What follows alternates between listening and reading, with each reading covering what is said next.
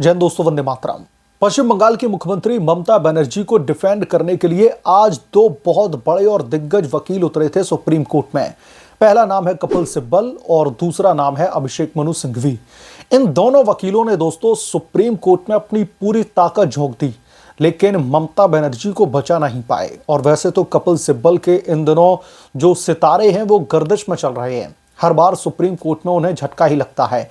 आज supreme court में कई घंटों तक लगातार सुनवाई चली है और टुकड़ों टुकड़ों में सुप्रीम कोर्ट का फैसला निकलकर सामने आ रहा है, जो मैं आपके बीच में तमाम बड़ी खबरों के जरिए साझा कर रहा हूं। अब एक और दोस्तों सुप्रीम कोर्ट से एक बहुत बड़ी खबर निकलकर सामने आ रही है। अभी अभी सुप्रीम कोर्ट ने एक और आदेश पारित किया है, एक और फैसला सुनाया है, जिसमें पश्चिम बंगाल की मुख्यमंत्री ममता बनर्जी और वहां की पुलिस, खास तौर पर पश्चिम बंगाल के डीजीपी राजीव कुमार और कोलकाता के पुलिस कमिश्नर और डिप्टी पुलिस कमिश्नर, इन्हें 11,000 वोल्ट का झटका दे दिया है। दरअसल ईडी ने जो याचिका दाखिल की थी सुप्रीम कोर्ट में, उसमें उन्होंने सीधे तौर पर यह आरोप लगाया था कि ममता बनर्जी के इशारे पर पश्चिम बंगाल के डीजीपी और पुलिस कमिश्नर की तरफ से उन्हें धमकाया गया था, उनके मोबाइल फोन छीन लिए गए थे और उनके खिलाफ में कई संगीन धाराओं में केस दर्ज कर लिया गया था, ताकि उनको परेशान किया जाए, कैसे भी करके ईडी के ऊपर दबाव डाला जाए, धमका करके केस फाइल करके पूरी ताकत ममता ने झोंक दी थी। तो इस बाबत जज साहब ने सुनवाई की। कपिल सिब्बल की तरफ से तमाम दलीलें ऑलरेडी रखी जा चुकी थी। इस बार पिच पर उतरे अभिषेक मनु सिंघवी। अभिषेक मनु सिंघवी कहते हैं कि पुलिस प्रशासन ममता बनर्जी के हमेशा साथ में चलता है, क्योंकि ममता बनर्जी को Z+ सिक्योरिटी मिली हुई है, इसलिए एक लेयर पश्चिम बंगाल की पुलिस का भी उनके साथ में जत्था रहेगा। तो इसका मतलब यह नहीं कि मुख्यमंत्री ममता बनर्जी पुलिस का बेजा इस्तेमाल कर रही हैं। इस पर काउंटर क्वेश्चन किया जाता है जज साहिब की तरफ से कि ठीक है, ममता के साथ में पुलिस चल रही है, लेकिन इसका मतलब यह तो नहीं है कि ईडी के अधिकारियों को ममता बनर्जी की सिक्योरिटी में चल रही पुलिस धमकाने लगे, डराने लगे, उनके मोबाइल छीन लिए जाए। ये तो Z+ सिक्योरिटी का काम नहीं होता कि आप जो है सिक्योरिटी के नाम पर आप इस पूरे के पूरे मामले को ढकने की कोशिश कर रहे हैं।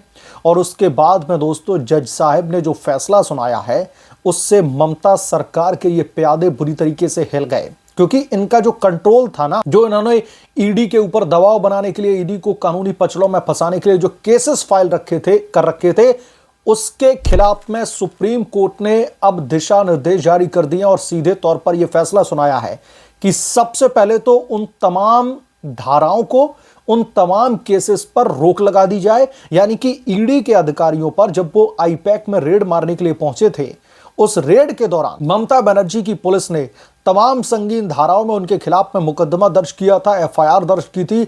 उन एफआईआर पर सीधे सीधे सुप्रीम कोर्ट ने रोक लगा दी है। यानी कि जो मास्टर स्ट्रोक चला गया था ममता बनर्जी की पुलिस के द्वारा, उस मास्टर स्ट्रोक पर ही सुप्रीम कोर्ट ने सीधे सीधे टारगेट किया और वहीं पर निशाना लगाते हुए कहा कि एक काम करो, जब तक इस मामले में अगली सुनवाई नहीं होती, इन तमाम एफआईआर पर तुरंत रोक लगाई जाए। कोई भी एफआईआर नहीं रहेगी ईडी के अधिकारियों के ऊपर, सब कुछ पूरी तरीके से रोक दिया जाए।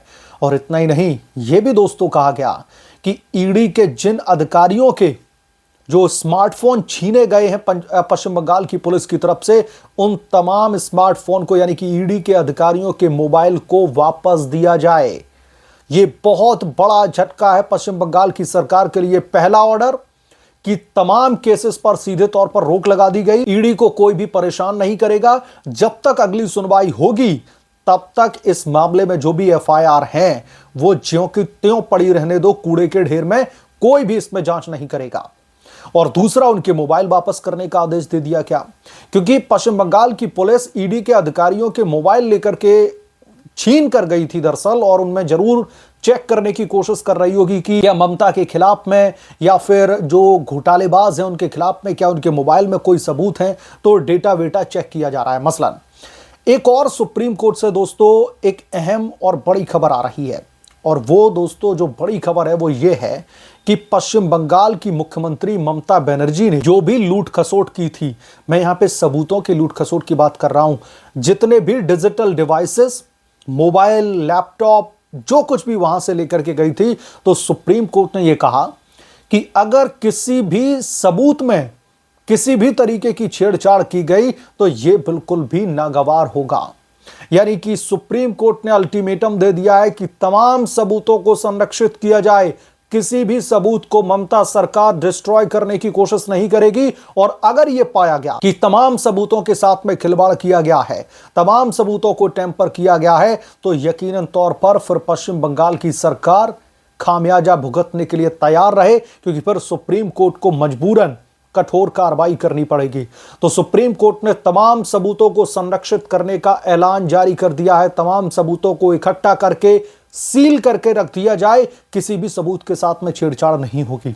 इसके बाद में कपिल सिब्बल साहब आते हैं। कपिल सिब्बल कहते हैं कि ममता बनर्जी के खिलाफ में और आईपैक के दफ्तर में जब ईडी पहुंची थी तो ईडी को अच्छी तरीके से पता था कि आईपैक के दफ्तर में ममता बनर्जी की जो पॉलिटिकल स्ट्रेटजीज हैं, खासतौर पर चुनावी साल चल रहा है, चुनाव का समय है, तो यकीनन तौर पर वहां पर राज्य सरकार से रिलेटेड भी तमाम सारे डॉक्यूमेंट होंगे। तो उन डॉक्यूमेंट पर कब्जा ईडी करना चाह रही थी, इसलिए ईडी को इस बाबत पिनलाइज किया जाए। तो इस पर ईडी की तरफ से पेश additional solicitor general S V Raju की तरफ से कहा गया कि ईडी वहां पर सिर्फ और सिर्फ कोयला घोटाले की जांच करने के लिए पहुंची थी। उसे राज्य सरकार को लेकर, चुनावी प्रक्रिया को लेकर कोई भी दिलचस्पी नहीं है। वो सिर्फ उन तमाम घोटालेबाज नेताओं को दबोचने की मंशा से गई थी जिन घोटालेबाजों ने कोयला घोटाले को अंजाम दिया है। 2700 समथिंग करोड़ रुपए का सीधे सीधे एक ये बहुत बड़ा खेल है। उस मामले में नकेल कसने के लिए उन्हें एक इंफॉर्मेशन मिली थी कि तकरीबन 20 लाख रुपए आईपैक को एक हवाला चैनल के जरिए कैश के तौर पर पहुंचाए गए हैं। इस बाबत हम वहां पर कार्रवाई करने के लिए गए थे। तो सीधे सीधे ना तो अभिषेक मनु सिंघवी और ना ही दोस्तों कपिल सिब्बल, इनकी एक भी दलील आज सुप्रीम कोर्ट में काम नहीं आई। इन्होंने पूरी एड़ी चोटी का जोर लगा लिया ममता बनर्जी को डिफेंड करने के लिए। लेकिन वही है कि अब ममता बनर्जी के पाप का घड़ा भर चुका है। ममता बनर्जी ने पश्चिम बंगाल में पिछले कुछ दिनों से इतने सारे कानूनों का उल्लंघन किया है। यकीन मानिए दोस्तों, अगर एक आम इंसान इतने सारे कानूनों का उल्लंघन करता तो आज पता नहीं उसके साथ में हमारे देश का कानून कितनी बड़ी और कठोर कार्रवाइयां कर चुका होता। क्योंकि ममता बनर्जी सत्ता पर काबिज हैं, मुख्यमंत्री हैं, पूरी की पूरी पुलिस उनके साथ में है और महंगे महंगे वकील यानी कि कपिल सिब्बल और अभिषेक मनु सिंघवी जैसे वकीलों की ब्रिगेड उनके साथ में खड़ी है। तो इसीलिए ममता बनर्जी अपना केस लड़ रही हैं। लेकिन सुप्रीम कोर्ट ने साफ कर दिया कि कानून से बढ़कर कोई भी नहीं है, कानून से बढ़कर आप भी नहीं है ममता दीदी। और सुप्रीम कोर्ट में सुनवाई हुई है तो यहां पर आप हो हल्ला भी नहीं काट सकते, क्योंकि जब कोलकाता हाई कोर्ट में सुनवाई हुई थी तो हमने देखा था किस तरीके से वहां पर उपद्रवी पहुंचे थे वहां पर सुनवाई को रोकने के लिए। इस बाबत भी फटकार लगी है ममता बनर्जी को।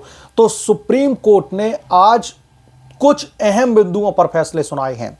अब मैं इस वीडियो में ये पूरे के पूरे जो बिंदु हैं सुप्रीम कोर्ट में आज जिन पर बात हुई है मैं एकदम से समराइज कर देता हूं। पहला, ममता बनर्जी की पुलिस ने जितने भी ईडी के अधिकारियों के खिलाफ में एफआईआर फाइल की है उन केसेस पर तत्काल प्रभाव से रोक लगा दी गई। दूसरा, ईडी अधिकारियों के उन तमाम स्मार्टफोन को यानी कि उनके मोबाइल को वापस दिया जाएगा।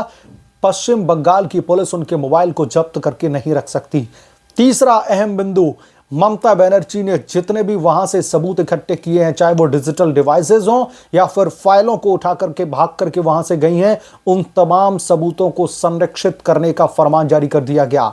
चौथा बिंदु, सुप्रीम कोर्ट ने यह साफ साफ कह दिया है कि ममता बनर्जी या फिर किसी भी राज्य की पुलिस इंडिपेंडेंट एजेंसी के ऊपर इस तरीके का दबाव नहीं बना सकती। इस तरीके से इंडिपेंडेंट एजेंसी को परेशान नहीं किया जा सकता। छठवां बिंदु, जो कपिल सिब्बल पिछले कुछ दिनों से लगातार जो मीडिया जहां भी उनको दिखाई देती थी तो मीडिया के सामने ये बोलने लगते थे कि राज्य में चुनाव आता है, ईडी को छोड़ दिया जाता है उनके पीछे। तो इस पर भी सुप्रीम कोर्ट ने कहा कि इंडिपेंडेंट एजेंसियां चुनाव देख करके काम नहीं चलती हैं, चुनाव देख करके वो काम नहीं करती हैं। अगर कहीं पर मनी लॉन्ड्रिंग हुई है, फिर चाहे चुनाव चल रहा हो चाहे कुछ भी हुआ हो, घोटाले की जांच करने का पूरी तरह से अधिकार इंडिपेंडेंट एजेंसी ईडी को है और उसके अधिकारों को कोई नहीं रोक सकता। अब आप लोग इन बिंदुओं के जरिए समझ जाइए कि ममता बनर्जी के लिए सुप्रीम कोर्ट से यह कितना बड़ा झटका है, ममता बनर्जी कैसे सुप्रीम कोर्ट के दंगल में चारों खाने चित हो गई हैं। बहरहाल आप क्या सोचते हैं इसके बारे में, आपका क्या पॉइंट ऑफ व्यू है, जो भी आपकी राय है हमें कमेंट करके जरूर बताएं। जल्द मिलूंगा किसी दूसरे बड़े अपडेट के साथ में, तब तक के लिए धन्यवाद। अगर आप लोग चैनल पर नए हैं तो प्लीज चैनल को सब्सक्राइब करें, साइड बने बेल आइकन को जरूर प्रेस करें ताकि जब भी मैं कोई बड़ी खबर लेकर आऊं तो इसकी जानकारी सबसे पहले आपको मिले।